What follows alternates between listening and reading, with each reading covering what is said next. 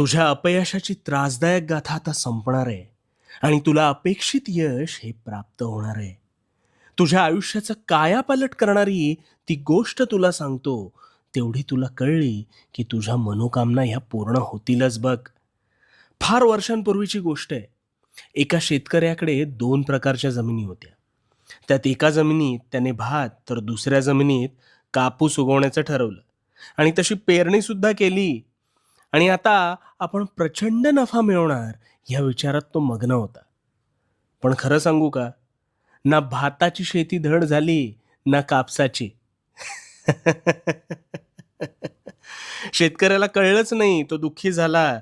अरे सगळं नीट करून नेमकं काय बिघडतंय या विचारात तो अडकला.